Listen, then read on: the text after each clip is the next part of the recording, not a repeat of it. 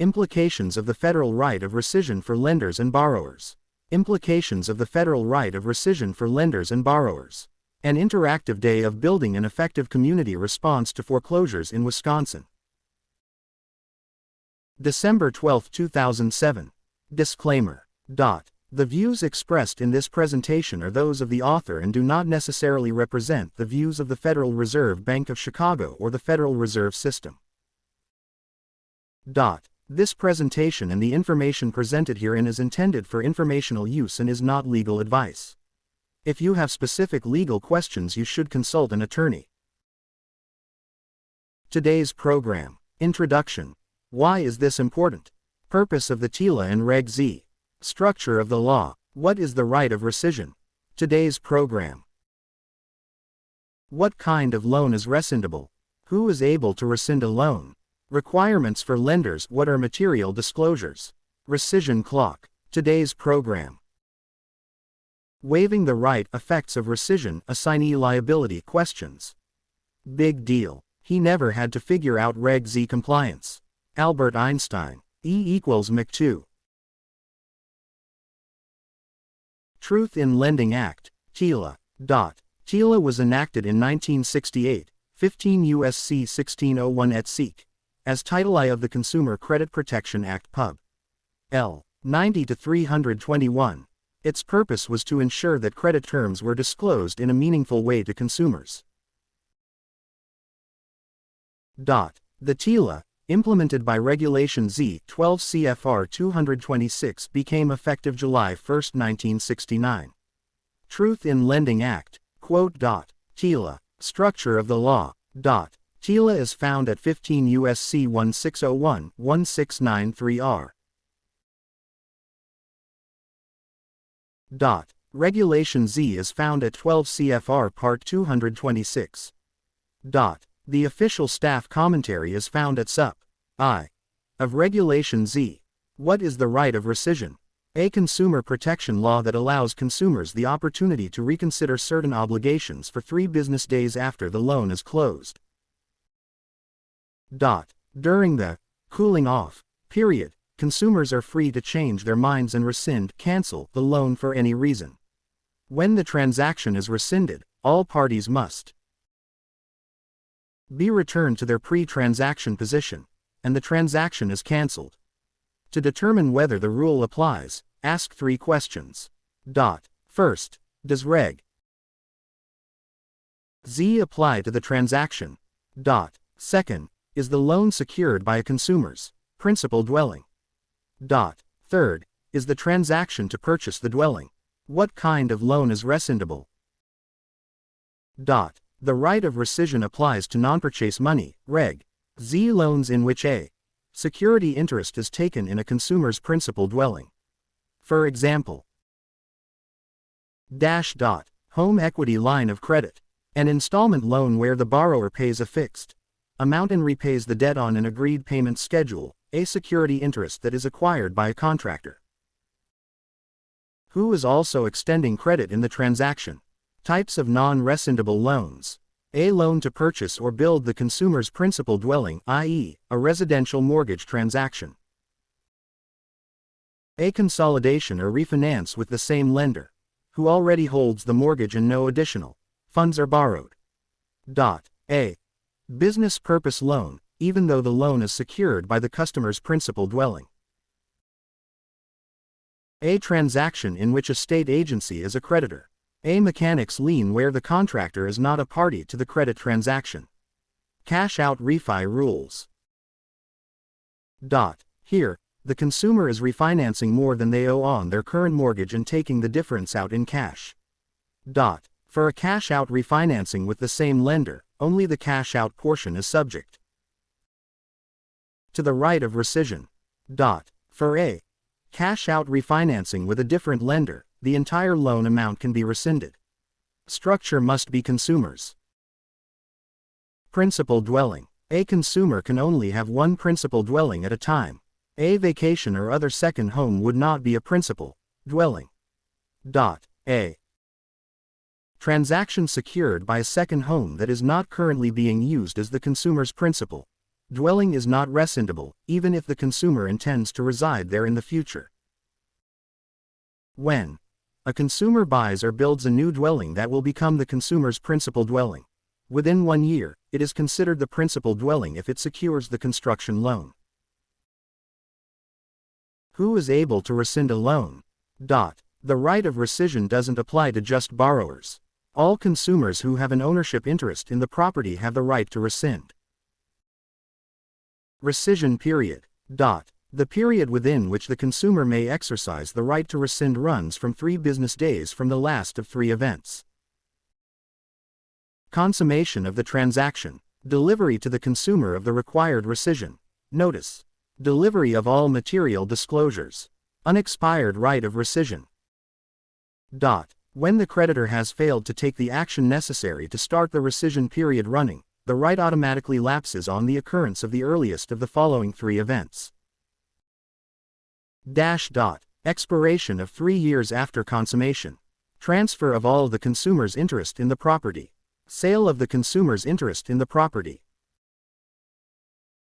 Practical consequences of the right of rescission. There are 2 separate rights to rescind. First, consumers can exercise their 3-day right to cancel after the loan documents are signed. Second, there is an extended right to rescind if the consumer is not provided with the proper notice or the material disclosures are not accurate. Special rules for foreclosures. After initiation of foreclosure on the consumer's principal dwelling that secures the loan, the consumer can rescind if a mortgage broker fee that should have been included in the finance charge was not included, or the creditor did not provide the right of rescission notice. Right of rescission requirements for lenders. Lenders must provide certain material disclosures and multiple copies of the right of rescission notice to each owner of the property. After providing all proper disclosures, lenders must wait at least 3 business days before disbursing loan proceeds. Insert picture of the right to cancel form. What are the material disclosures? An accurate and complete truth in lending disclosure form. Disclosure must include the APR, finance charge, amount financed, and total of payments. Other necessary disclosures include the number of payments to be made over the life of the loan and the regular payment amount. Insert picture of the truth in lending form. TILA disclosures must be accurate. Accuracy relies on 2 elements. Finance charge, annual percentage rate, the APR, finance charge accuracy. If the borrower is seeking to rescind and the lender has not started foreclosure proceedings, the tolerance is 1/2 of 1%, 0.005. If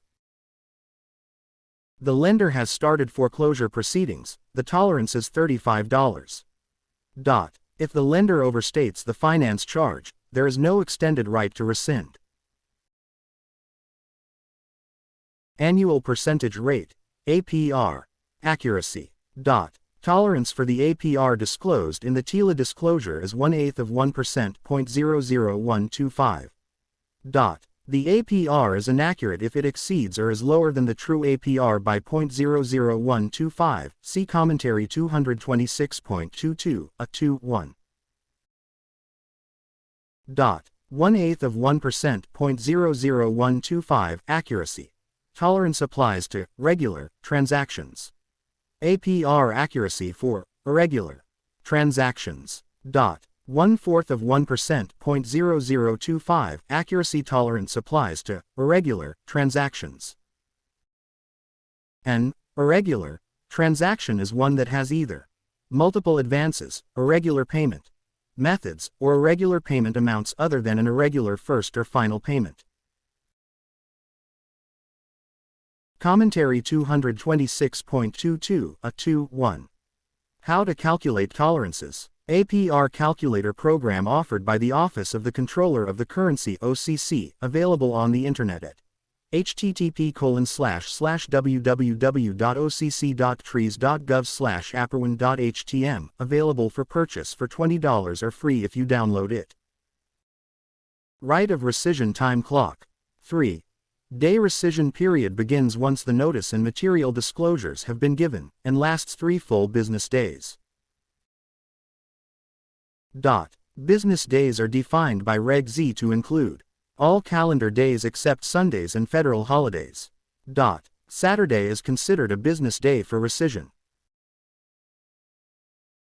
purposes, regardless of whether your business offices are open. Calculating an example. Assume a closing is set for Thursday, September 6, 2007, and that all material disclosures and notices are provided to the parties at closing. The rescission period would run. Friday, September 7, 2007, Saturday, September 8, 2007, and Monday, September 10, 2007. Rescission period ends at midnight on September 10, 2007. Waiving the right of rescission. Borrowers can waive their rights, but on an exception basis only. Borrowers can waive their right and receive loan proceeds immediately, only if they have a bona fide personal financial emergency. This means a financial emergency so serious that waiting an additional 3 business days for the loan proceeds will be personally or financially devastating to the borrower. In order to waive the right, the borrower must provide a written explanation of the bona fide personal financial emergency to the lender. This is not a document that the lender should draft for the borrower. Disbursing after the rescission period is over. Once the rescission period has expired, the lender must be reasonably certain the borrower has not rescinded the transaction before it disburses the loan proceeds. The law allows borrowers to exercise their rescission rights by mail, and a rescission is effective when mailed. Be sure to confirm that all owners have not exercised their rescission rights. A word about HOEPA loans. TILA was amended in 1994 to add the Home Ownership and Equity Protection Act. The main purpose of the law was to protect consumers from predatory lending practices. The law imposed new disclosure requirements and substantive limitations on certain closed-end mortgage loans bearing rates or fees above a certain percentage or amount. Failure to provide properly completed HOEPA disclosures or use of a prohibited loan term can create an extended right to rescind the loan. Rescission process. Notifying the lender. Borrower must notify the lender, in writing, of the cancellation of the loan. Notice can be transmitted by mail, telegram, or other means. It should be sent to the lender's designated place of business. A rescission notice sent by the borrower's attorney is also effective. When the lender fails to provide an address to send the rescission notice, delivery to the servicer will be effective notices to the lender or its assignee. Relationship between servicer and creditor. 15 U.S.C. Section 1641. Liability of assignees. F. Treatment of servicer. 2. Upon written request by the obliger, the servicer shall provide the obliger, to the best knowledge of the servicer, with the name, address, and telephone number of the owner of the obligation or the master servicer of the obligation. Effects of rescission. Once a consumer rescinds a transaction, the security interest becomes void and the consumer is not liable for any amount, including finance charges. Within 20 calendar days after receipt of a notice of rescission, the creditor shall return any money or property that has been given to anyone in connection with the loan. The lender must take steps to terminate the security interest.